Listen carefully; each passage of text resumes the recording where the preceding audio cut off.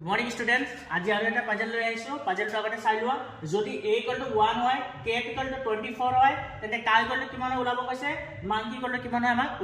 ওলাব কৈছে চোৱা a এক নম্বৰ ইয়াৰ পৰা তোমালোকে কি গম পাই আছা চোৱা যদি আমি ইংৰাজী আলফাবেট খিনি লিখো a b c d খিনি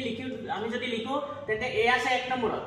b আছে দুই নম্বৰত c আছে তিনি নম্বৰত এই লজিকটো আমি ফলো কৰি দিম চোৱা a আছে এক নম্বৰত তেন্তে c কিমান নম্বৰত আছে চোৱা c আছে আমাৰ তিনি নম্বৰত A আছে কিমান নম্বৰত A আছে 1 নম্বৰত আৰু T আছে আমাৰ 20 নম্বৰত তোমালোকে চাই লবা বা আগৰ ভিডিওত মই এইখিনি কেনেকাকে শৰ্টকাটত মনত ৰাখিব পাৰি মই ভিডিওত দিছো তোমালোকে চাই লবা চোৱা এটা 3 1 20 এই কেটা তুমি যোগ কৰি দিয়া তেন্তে পাই যাবা 24 চোৱা 20 1 21 21 লগত 3 যোগ কৰিলে হৈ গল আমাৰ 24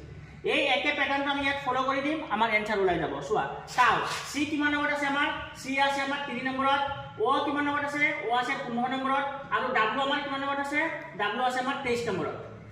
এটা এখিনি তুমি যোগ কৰি দিয়া এনসার পাই যাবা 15 3 18 18 লগত এই 23 টো যোগ কৰি দিয়া 8 3 11 11 1 7 আছে 1 2 1 3 1 4 হৈ গল আমাৰ 41 মানে কাই কলটো পাই গল আমি 41 তেন্তে মান কি কলে কিমান হ'ব উলিয়াই দিবা আৰু কমেন্টত জনাই দিবা